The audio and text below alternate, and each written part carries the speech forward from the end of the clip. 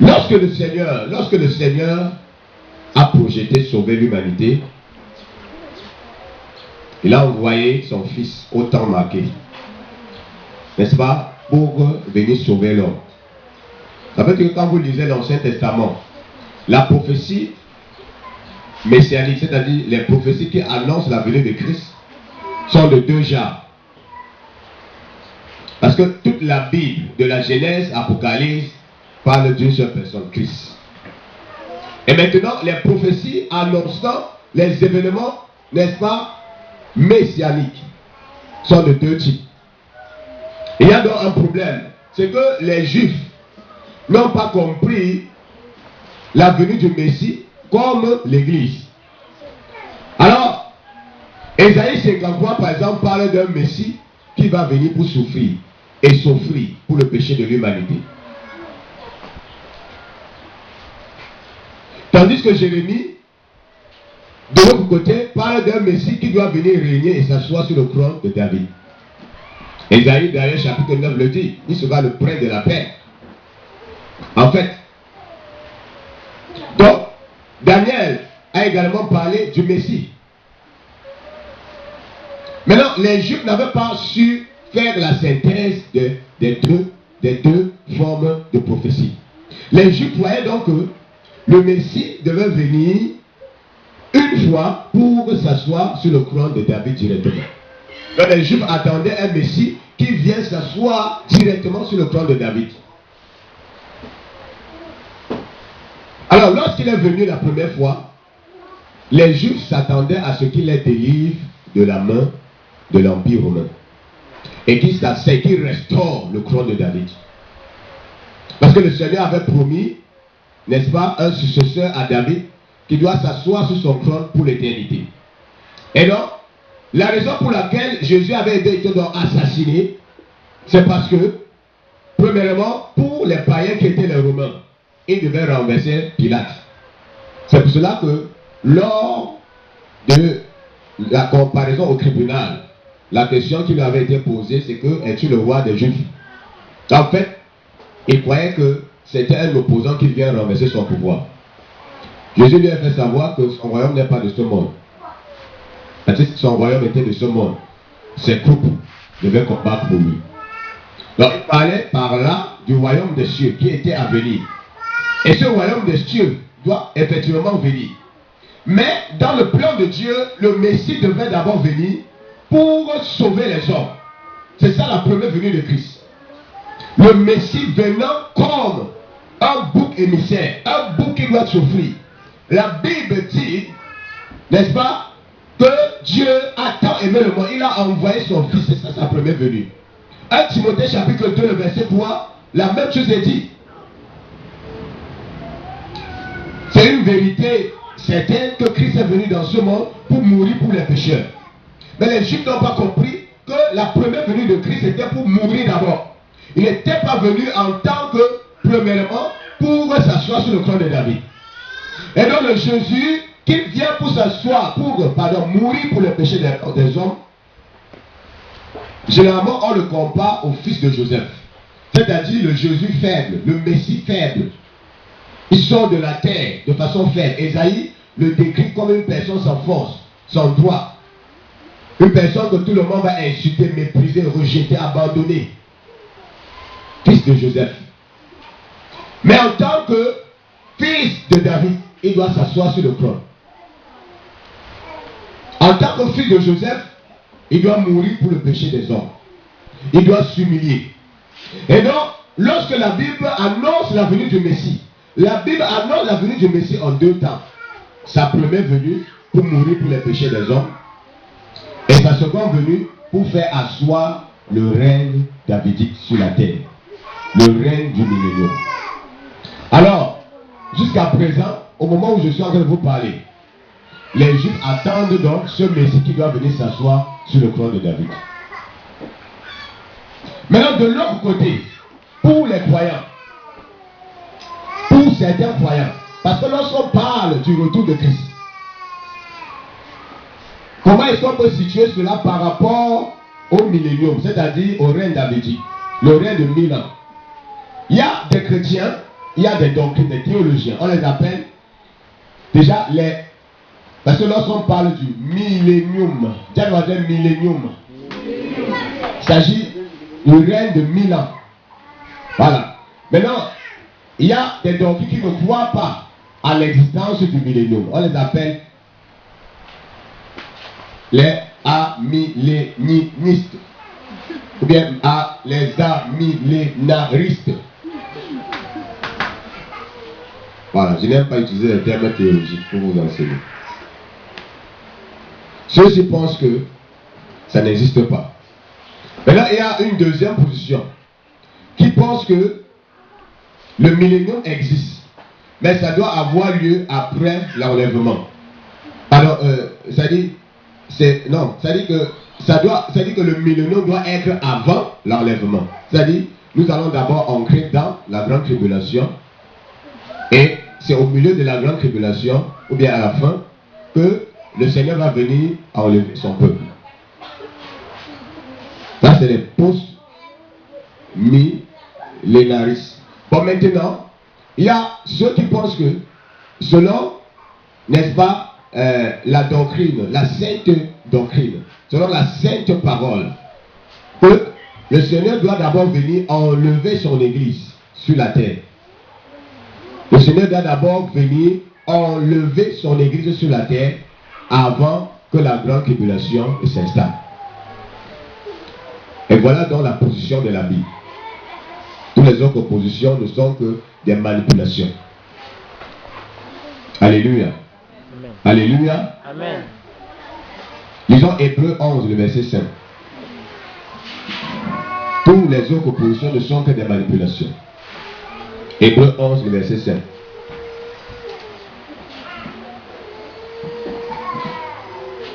Hébreux chapitre 11, verset 5. C'est pas la foi qu'Enoch fut. Voilà, c'est pas la foi que Enoch fut enlevé. Pour qu'il ne vit point la mort. Pour qu'il ne vit point la mort. Et qu'il n'apparut plus parce que Dieu l'avait enlevé. Voilà, et qu'il n'apparaît plus parce que Dieu l'avait enlevé. Car avant son enlèvement, il avait reçu le témoignage. Il était agréable à Dieu. Alléluia. Amen. Amen. La Bible dit clairement que ce n'est pas la foi.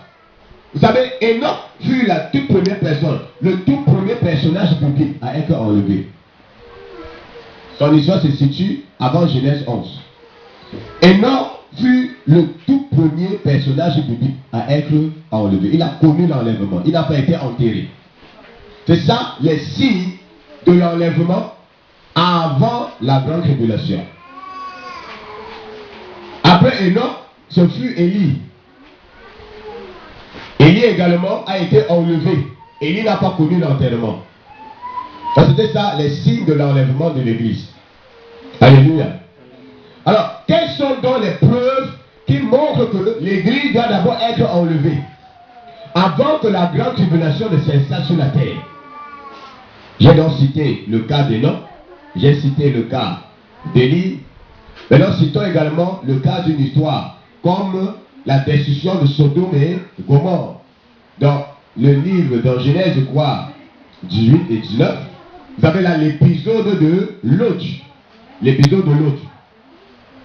Avant que Dieu ne détruise Sodome et Gomorrhe. Et vous savez que dans Matthieu 24, le Seigneur a dit que ce qui doit arriver au temps de Lot va également arriver au jour du Fils de l'homme. Ça veut dire que les événements qui ont eu lieu au temps de Lot,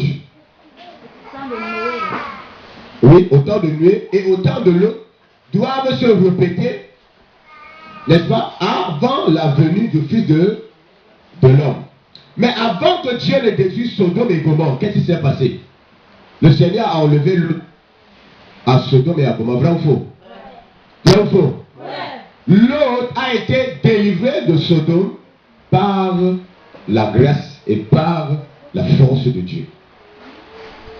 Parce qu'il était tellement embarrassant à cause de son attachement à la terre, que Dieu a utilisé les moyens, n'est-ce pas, même de grâce et de force, pour le faire sortir de là. Malheureusement, sa femme n'a pas bénéficié de cet enlèvement. Parce qu'elle regardait derrière. Au temps de Lot également, il y a trop de chadage dans la salle. Au temps de Noé, la même chose s'est passée. Pour que le Seigneur fasse pleuvoir sur la terre, Noé a été également enlevé et caché où? Dans l'âge. Dans l'âge. Avec sa famille. Et il a passé tout son temps à prêcher et personne n'a cru. Donc, le Seigneur a su comment épargner son peuple de la grande tribulation. Donc voilà les préfigurations de la grande tribulation. Alléluia. De la même façon, avant que la grande tribulation ne s'installe sur la terre, le Seigneur doit d'abord opérer l'enlèvement. L'enlèvement de l'église doit d'abord avoir lieu. Et donc nous sommes à l'heure de l'enlèvement de l'église. Nous sommes à l'heure à laquelle le Seigneur est sur le point de venir. C'est pour cela que nous disons la terre après l'enlèvement. Et l'enlèvement est un fait indiscutable, indubitable.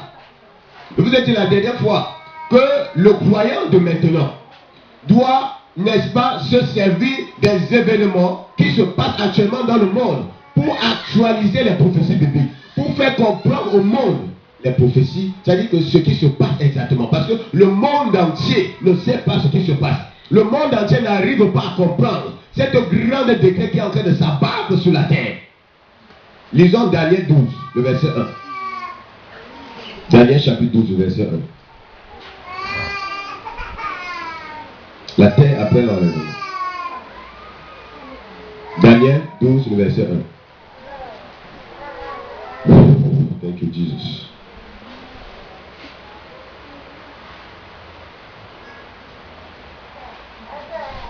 Daniel chapitre 12, le verset 1. Daniel chapitre 12, le verset 1, il est écrit.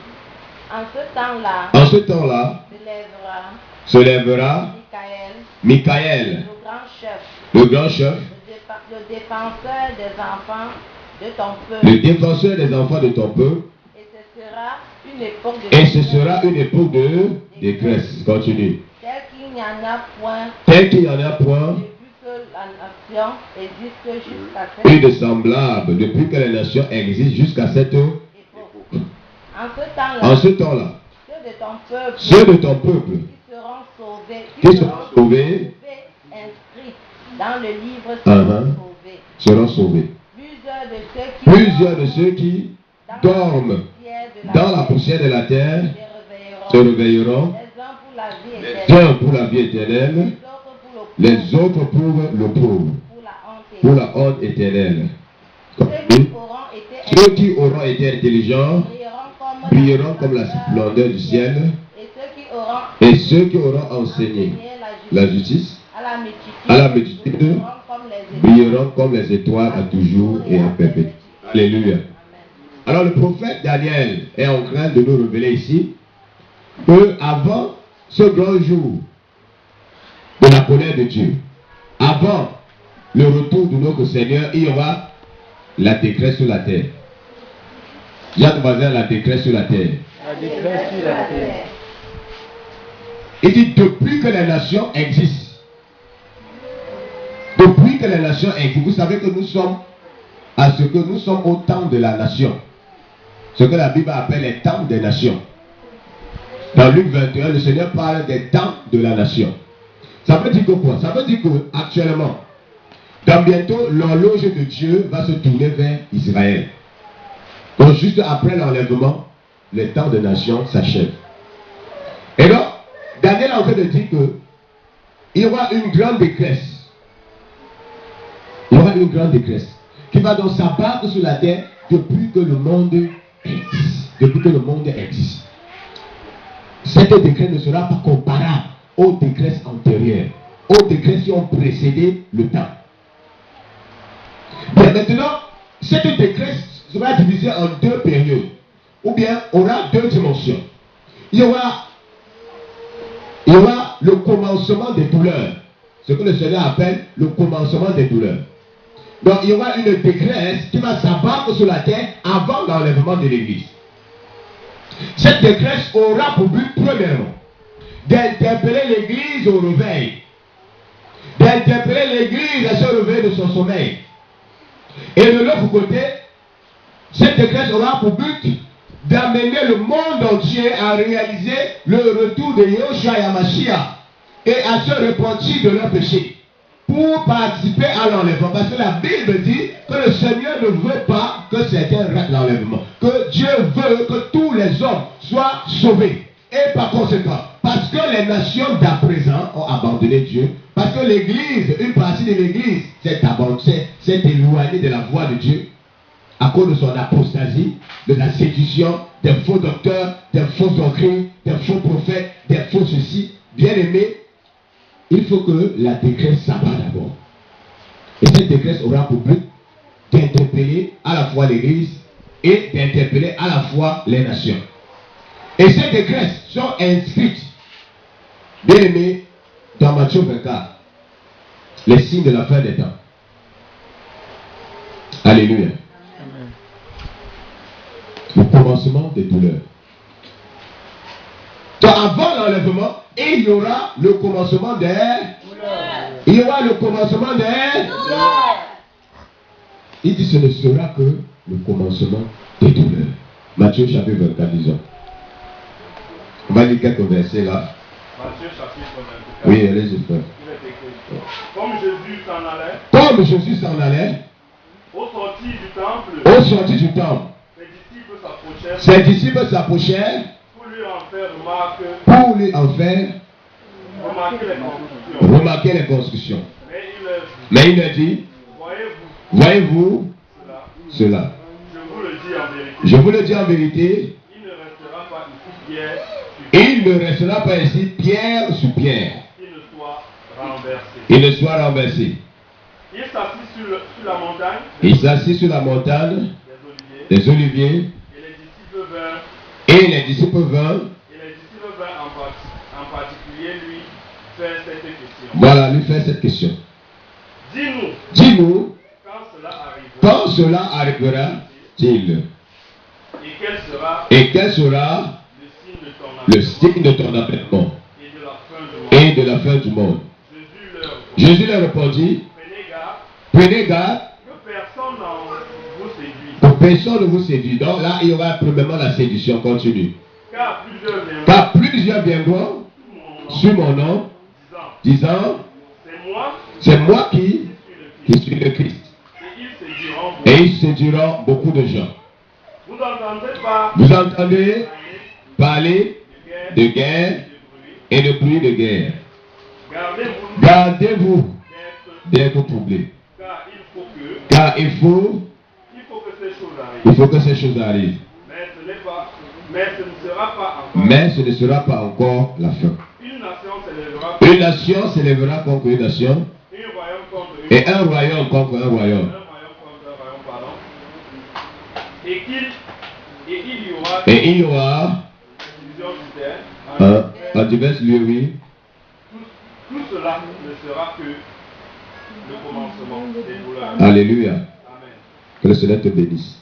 Donc il y aura en divers lieux des famines et des tremblements de terre. Et le verset 8, c'est ça qui m'intéressait. Tout cela ne sera que le commencement des... Alors vous comprenez que parmi les... Comment je vais dire? Parmi la détresse qui initie, qui officialise le commencement de douleur, il y a la grande séduction, n'est-ce pas? Il y a l'arrivée des faux Christ, des faux prophètes. Il y a les tremblements de terre, il y a les guerres, il y a les bruits de guerre, il y a le séisme, et ainsi de suite. Et donc la famine, les épidémies. Alors, Jésus dit que toutes ces choses-là ne seront que les commencements de douleur. Donc avant l'enlèvement, il y aura une grande détresse. En fait, une détresse qui est considérée par le Seigneur comme le commencement des douleurs. Et si donc ces choses, n'est-ce pas, n'inscrivent, ces choses-là ne signalent que le commencement des douleurs. Vous pouvez imaginer ce qui va se passer après l'enlèvement. Vous pouvez imaginer. Alors, ici, bien aimé, le commencement l'ensemble des douleurs. C'est l'ensemble des événements catastrophiques qui expriment le jugement de Dieu sur la terre avant l'enlèvement. Et vous savez que dans le livre de Matthieu 24 que nous avons lu, cela avait été dû aux questions que les disciples ont posées à Christ. Pierre, Jean, Jacques, André. C'est Luc, je crois, 23 qui parle, non, Marc reste qui parle clairement de ça. Qui présente clairement ces personnages qui ont posé la question à Jésus. Et maintenant, dans le livre, Marc, parce que ces signes de Matthieu 24, ces signes de la fin des temps, constituent le centre, le cœur des prophéties qui annoncent l'événement futur. Et ce sont des signes, n'est-ce pas, qui expriment la totalité de la prophétie biblique. Donc, Matthieu 24, Marc 13, Luc 23 ont enregistré le discours sur le mont des Oliviers. Et donc, la prophétie du mont des Oliviers, prononcée par le Seigneur, résume toute la Bible. Mais cependant, cette prophétie, Jean, lui, ne l'a pas fait. Jean n'a pas enregistré cela dans son évangile. Pourquoi? Parce que le Seigneur le réservait pour nous montrer, n'est-ce pas, la dimension d'image de cette prophétie. Donc le Seigneur voulait montrer à Jean cette prophétie sur une autre forme. C'est pour cela que l'Apocalypse de Jean a été écrite. Et donc, quand vous lisez dans Apocalypse chapitre 6, dans Apocalypse 1, le Seigneur se présente et présente le but de son œuvre, c'est-à-dire de son livre. Dans Apocalypse 2 et 3, le Seigneur écrit d'abord aux églises, aux 7 églises, une lettre de préparation par rapport à l'enlèvement. Ensuite, dans Apocalypse chapitre 4, c'est maintenant l'épisode du sceau qui doit être ouvert. Il n'y a personne qui peut ouvrir le sceau. Alors là, le Seigneur commence par l'ouverture de ces sceaux. Et l'ouverture de ces sceaux constitue, c'est-à-dire que dans les 7 sceaux, c'est-à-dire que dans ces 7 sceaux, que le Seigneur avait utilisé pour sceller un livre, et que personne ne pouvait ouvrir sauf l'agneau de Dieu, ces sceaux-là contiennent l'histoire, toute l'histoire de l'humanité. Vous comprenez un peu? Cette Bible est la véritable parole de Dieu. Et elle contient toute l'histoire de l'humanité, le futur de ce monde. Hier, j'étais à l'établissement. Le fondateur était en train de discuter avec les enseignants sur l'actualité de ce monde. Parce que c'est un homme tellement instruit. C'est un homme qui, je crois, il n'a pas seulement un collège, il a aussi un enseignement supérieur. Il est un homme d'affaires. Il est en train de leur parler des choses qui arrivent actuellement dans le monde, dans le sens, n'est-ce pas, rationnel, dans le sens normal des choses. Quand je suis arrivé, j'ai d'abord commencé par leur parler des prophéties bibliques, en partant de l'histoire de Daniel, des prophéties, la statue du roi de Nebuchadnezzar, pour expliquer le futur de ce monde en quelques minutes. Le fondateur et tous les enseignants se sont tués. Ils ont dit, on n'a jamais entendu ce genre. Et le fondateur était tellement attaché à l'écoute. Si ce n'était pas le temps, on devait prolonger la conversation. Parce que j'en ai profité pour leur parler du retour de Christ. Et ils ont compris ce qui se passe dans le monde. Alors, je voulais vous dire ceci. La Bible est le seul livre au monde qui peut parler exactement du futur de ce monde. Amen. Alléluia. Amen. Alléluia. Amen. C'est pour ça qu'aujourd'hui, le croyant ne doit pas être seulement celui-là qui vient à l'église et prier, chanter, danser, mais il doit être celui qui cherche la connaissance. Alléluia. Amen. Amen. Alléluia. Amen. Donc, Apocalypse chapitre 6 parle de l'ouverture, le début de l'ouverture de ces sceaux. Donc, avant que Jésus ne revienne, 4 sceaux seront ouverts. 4 sceaux. Et les 3 autres seront ouverts après l'enlèvement. Amen. Maintenant, Dans les 4 sceaux qui seront ouverts, le premier sceau, un chevalier blanc est libéré. Et ce chevalier blanc a pour mission la séduction. Et c'est ce qui revient à expliquer Matthieu 24. Jésus a parlé de la séduction. La séduction par les faux messies, les faux Christ, les faux prophètes, les faux docteurs, les faux doctrines, la sexualité, la séduction par l'argent, la séduction par tout genre de miracles, ainsi de suite. Tout ça, ça entre dans l'épisode de la séduction. Maintenant, le second sceau sera ouvert. Un chevalier, quoi? Roux. Le chevalier roux aura pour mission. Quelle sera sa mission? La violence sur la terre. Son but permet que les hommes s'égorgent. Ça renvoie à quoi? Au terrorisme qui se passe actuellement dans le monde. Alléluia. Terrorisme. Est-ce que vous ne voyez pas ça autour du monde maintenant? On voit. Le terrorisme. Boko Haram à côté. Voilà. Al-Qaïda de l'autre côté du Yémen. Maintenant, de l'autre côté de l'Afrique de l'Est, vous avez les Shabab, Mali, Kenya, Somalie, Soudan. L'ensemble de ces gens, on les appelle les djihadistes. Et vous devez comprendre que pour les musulmans ont deux façons de comprendre le monde. Deux façons de comprendre le monde. Donc pour eux, le monde est divisé en deux. Je veux dire pour les musulmans fondamentalistes, c'est-à-dire les djihadistes, pas pour les musulmans que vous avez à côté de vous. Le monde est divisé en deux pour eux. Vous avez le monde islamique, c'est-à-dire que le monde qui est 100% islamique. Vous comprenez? Ce que généralement on les appelle généralement les gouvernements islamiques. Par exemple, Iran, là-bas, le gouvernement est islamique. Bien. La deuxième partie du monde, c'est le monde qui n'est pas islamique. Et ce monde-là doit être conquéri. On doit conquérir ce monde par l'épée. Vous comprenez? Donc, ils doivent utiliser l'épée pour conquérir ce monde et soumettre le reste du monde entier à l'islam. Et donc, l'islam, quand un musulman dit Allah Akbar, ça veut dire que Allah est grand. En principe, c'est ce qu'ils disent. Mais dans les textes originaux, ça veut dire Allah est le plus grand. Donc Allah doit s'élever au-dessus de tout ce qui s'appelle Dieu sur la terre. Et donc, Allah doit conquérir le monde. Alors, maintenant, qu'est-ce qu'il faut donc faire pour que le monde entier soit soumis à Allah? Premièrement, il faut renverser les gouvernements qui se disent islamiques et qui ne le sont pas vraiment.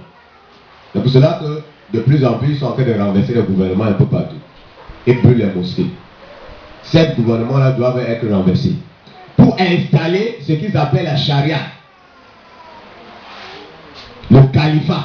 C'est-à-dire qu'un gouvernement purement islamique gouverné par le Coran, par l'épée. Vous comprenez? Et quand ils vont finir cette première mission, maintenant ils vont se tourner vers le reste du monde qui n'est pas musulman.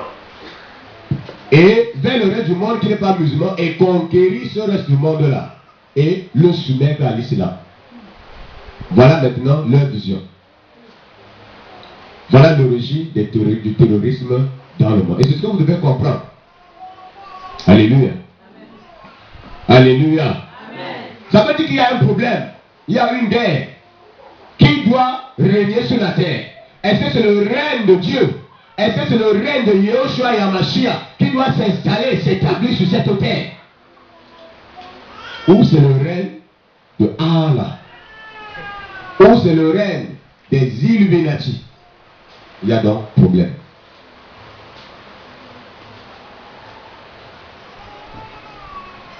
Voilà. Bon, maintenant, dans la prière de notre Père, Jésus dit que ton règne vienne parce que le Seigneur prend au sérieux son règne. Il dit que quand tu pries chaque jour, prie pour que le règne de Dieu vienne.